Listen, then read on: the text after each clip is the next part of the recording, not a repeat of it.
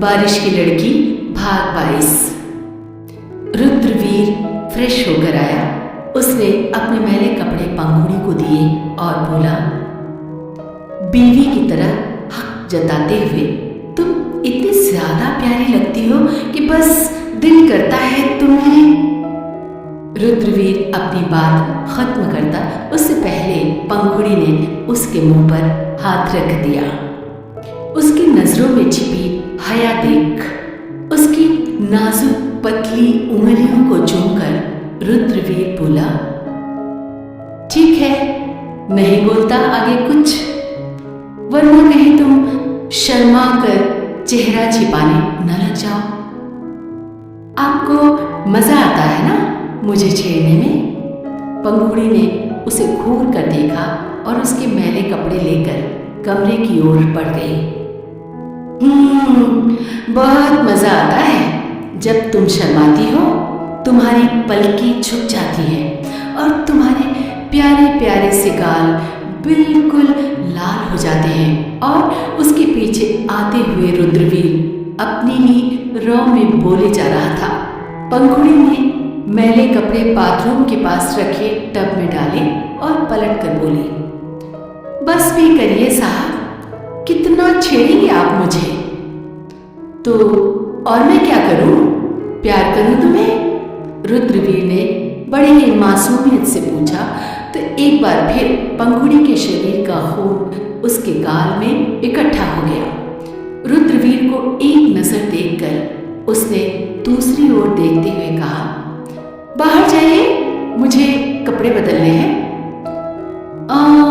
ये गलत बात है। सारा दिन मैं तुम्हें देखने के लिए तरसता रहता हूँ। आने के बाद भी थोड़ी देर ही तुम्हें देख पाया कि अब फिर से दरवाजे पर पर्दा। उफ, मैं नहीं था तब चेंज क्यों नहीं किया तुमने? आप तो बच्चों से भी ज्यादा जिद्दी हैं।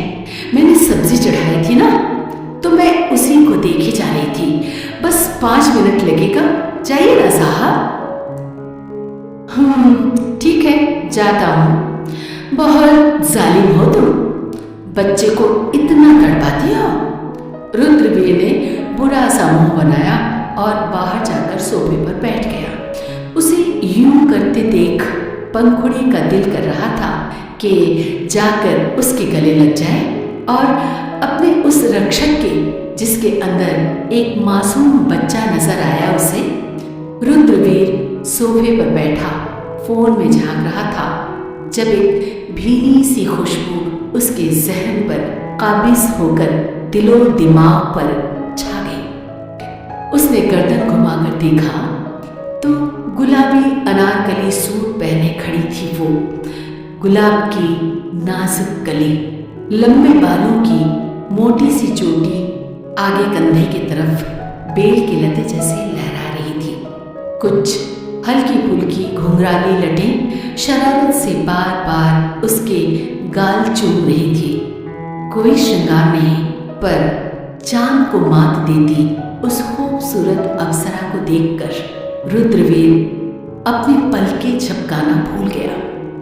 सम्मोहन से बंधे पैर पंखुड़ी के पास जाकर रुके और उंगलियां उसके माथे पर फिसलती हुई उन लटों को कान के पीछे कर रही थी। बेशर्म नजरें अपने काम में व्यस्त थी और दिल बगावत करने को आमादा था। खूबसूरत, बेहद खूबसूरत। रुद्रवीर के हिलतन लबों से कुछ हर्फ निकले और कुछ पंखुड़ी के माथे पर प्यार भरा एहसास बनकर वहीं ठहर गए। चले? रुद्रवीर ने पूछा। वो अपने बाकी दिल को ज्यादा देर तक संभाल नहीं पाता। बेशर्म नजरों को पंखुड़ी को चूमने से रोक लिया, मगर गुस्ताख मानने को तैयार ही नहीं थे। दोनों बाहर आए तो पंखुड़ी को देखकर अपनी बालकनी में खड़े वासु ने दोनों हाथ आपस में मसले और निचला होठ दांतों से कुचला। न जाने क्यों कार में बैठते वक्त रुद्रवीर ने नजर उठाकर उस ओर देखा। वासु ने तुरंत हड़बड़ाकर नजरें अपनी फेर ली और जग उठाकर बालकनी में लगे पौधों को पानी देने का एक ढोंग करने लगा। पंखु जी, मैं ना रहूं तब कोई भी अनजान यदि डोरबेल बजाए तो दरवाजा मत खोलना। बिना ठुकाई के लोग सुधरेंगे नहीं। लास्ट की लाइन उसने धीरे से कही थी। उसकी नजरों ने मिस्टर वासु रेड्डी की नजरों की दिशा भांप ली थी, लेकिन पंखुड़ी के कारण अपने गुस्से को उसने शांत रखा था। अच्छा पंखु, तुम्हें मूर्ति के अलावा कुछ नहीं लेना क्या? कुछ? मतलब लड़कियां बिना श्रृंगार के कहाँ रहती हैं? तो तुम्हें अपने लिए कोई मेकअप का सामान नहीं लेना? मुझे इन सबकी जरूरत नहीं। पर आपको कैसे पता कि लड़कियां बिना श्रृंगार की नहीं रहती? हाय, ये प्यारी सी जलन। मैं क्यों जलूंगी? पर तुम्हारा चेहरा बता रहा है कि तुम्हें मेरे मुंह से लड़कियों का जिक्र सुनकर बिल्कुल अच्छा नहीं लगा। ऐसा कुछ नहीं है साहब, पंखुड़ी ने मुंह फेर कर कहा। ऐसा है बाबू, लड़कियों पर इतना ज्ञान तो सबके पास होता है, तो जो कुछ भी ऐसा है वैसा तुम्हारे दिमाग में चल रहा होगा, उसे निकाल दो। मेरी जिंदगी में तुमसे पहले ना तो कोई आई थी और ना ही तुम्हारे अलावा कभी भी कोई आएगी। तुम्हारे अलावा किसी और पर ना कभी नजरें ठहरी और ना दिल।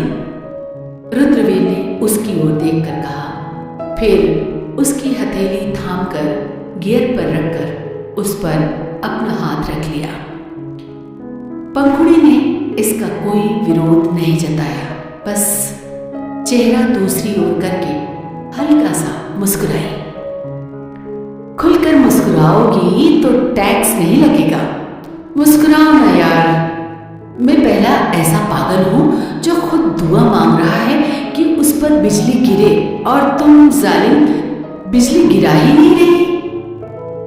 उसने कुछ यूं शिकायत की जिसे सुनकर पंखुड़ी की छिपती मुस्कान खिलकर होठों पर उतर आई। हाय, अब गिरी बिजली सीधे निशाने पर। एक हथेली उसने सीने पर ठोका। ठीक उसी वक्त बादल जोरों से गरज उठे। अगले ही पल झमाझम बारिश शुरू हो गई। कार के ऊपरी सरफेस पर बारिश की बूंदों के टकराने से बहुत प्यारी सी धुन बज रही थी। खिड़की से हवा के झोंकों के साथ बारिश की बूंदें पंखुड़ी के काली जुल्फों से गुजरती हुई उसके सुर्ख रुखसारों पर ठहरने लगी। रुद्रवीर ने गाड़ी उसी पर साइड में खड़ी कर दी। कैसे चला पाता वो गाड़ी जब नजरें बारिश की उन बूंदों पर टिकी थी जो उस खूबसूरत से अप्सरा के जुल्फों से गुजरती उन्हें चूमती उसके रुखसारों को भी चूमने की गुस्ताखी कर रही थी। स्टीयरिंग पर कोहनी टिकाकर हथेली पर चेहरा रखकर वो अपलक ताड़ रहा था।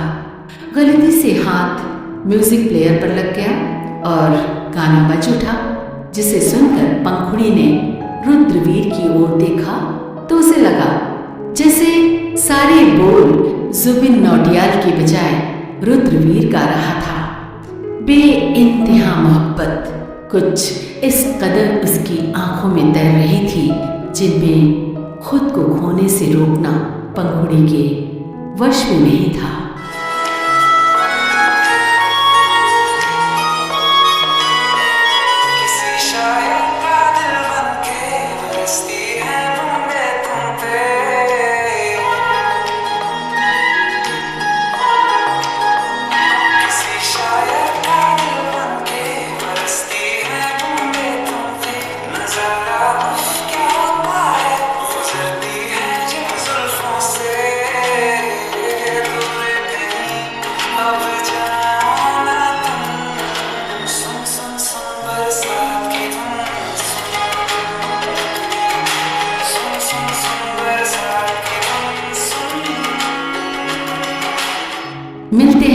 अगले भाग में